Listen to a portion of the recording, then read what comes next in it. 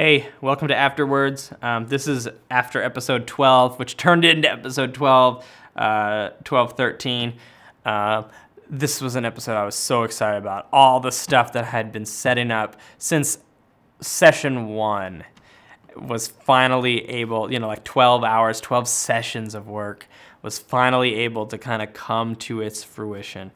We had a wedding, which I've always wanted to do, and some really sweet moments between our characters, which I'm really liking. If you, in your own games, really build up the relationships between the PCs if you can. Let them, get to know each other. Let them have fights and make it through the fights, because, Rasper that started off as just being paid a gold piece a day. If the players have totally forgotten that Rasper is supposed to be getting paid a gold piece a day, because I imagine Rasper has too, and that's because they've grown together, and now this mercenary is now giving Christine away at her wedding to a much higher lord. By the end now, Christine is at the same level as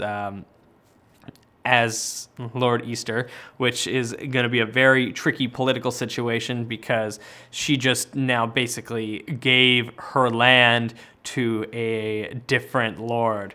So I imagine that he's not going to be very happy about that. But we'll see if there's anything he can even do about it.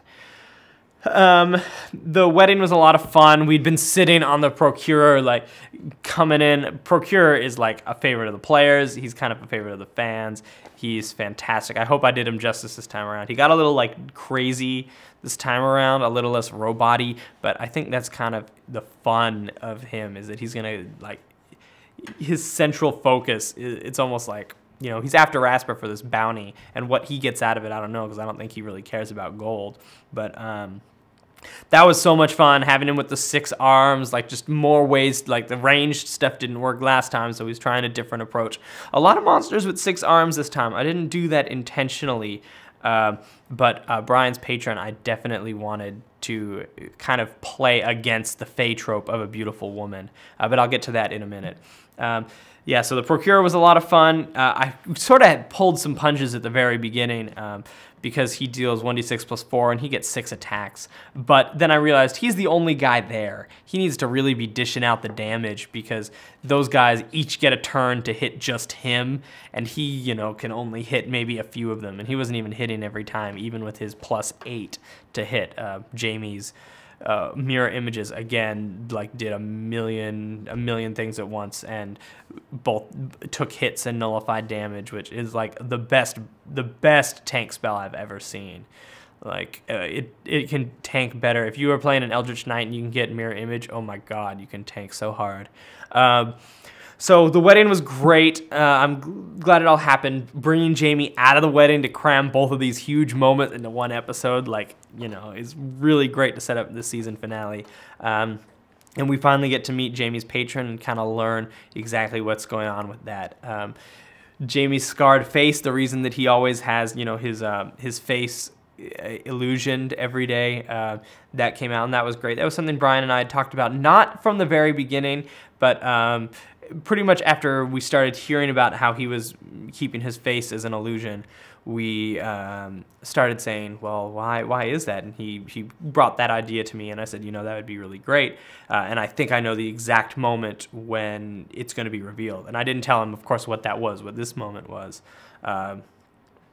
But we kind of knew, it was kind of set up pretty heavily that he was going to have to choose between opening the Cold Iron Gate and losing his power, and in a lot of ways his identity.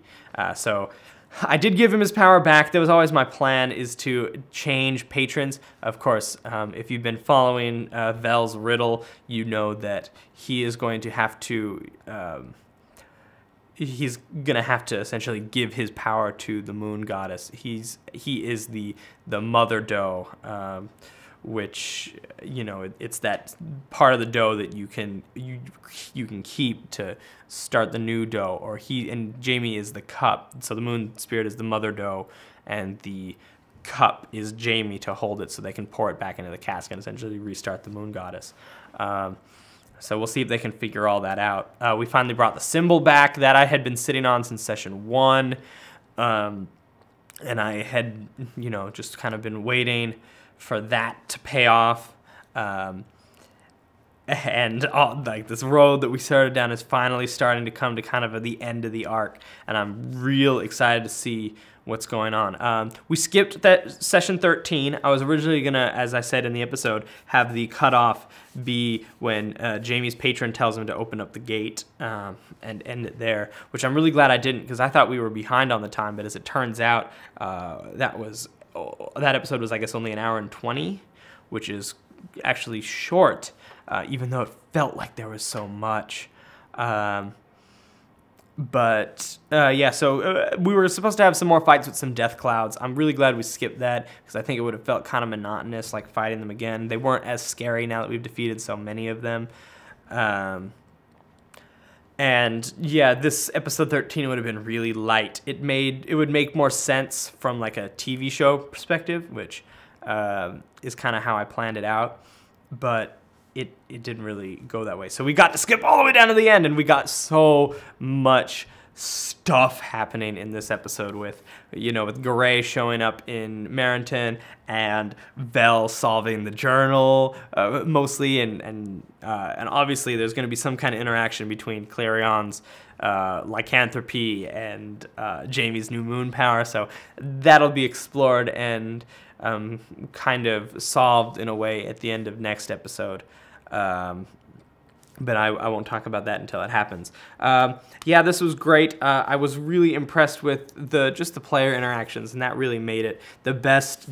I mean, I realized I hadn't written the letter for Christine to have, because I wasn't expecting to get into episode 13 so quickly, and so I had to check out for a minute, which is why I was so confused as to who was in what room, which is really bad on me. But I just wanted to get that done so that moment could play. But the fact that I was able to just take a step back and be like, okay, I need to write this note, and the game like progressed to brand new levels without my interference at all, makes me really proud as a dungeon master, and should be really the thing that you always should be shooting for in games, is like let your players tell the story, and when they have their story, just like take a step back and get out of their way. Because I set up the story, like I can take Jamie's power, but I mean, Jamie could have opened the Cold Iron Gate. That was something that I had thought about a bunch. Like, what if he flips the switch and the gate opens? Like, that would have been a totally different game. And, I have to decide if Jamie becomes a villain. I would have probably still taken his power anyway, and so then then he gets to like redeem himself a little bit. Now that, the Cold Iron Gate's done, she can just cast him aside. Or maybe what if I killed him right there? How would that have been? Like, you chose poorly! Just tore him to pieces. But yeah, I'm super excited to sort of finish this off. We just kind of finished Jamie and Christine's storylines for this arc, and then next we'll kind of do Vel and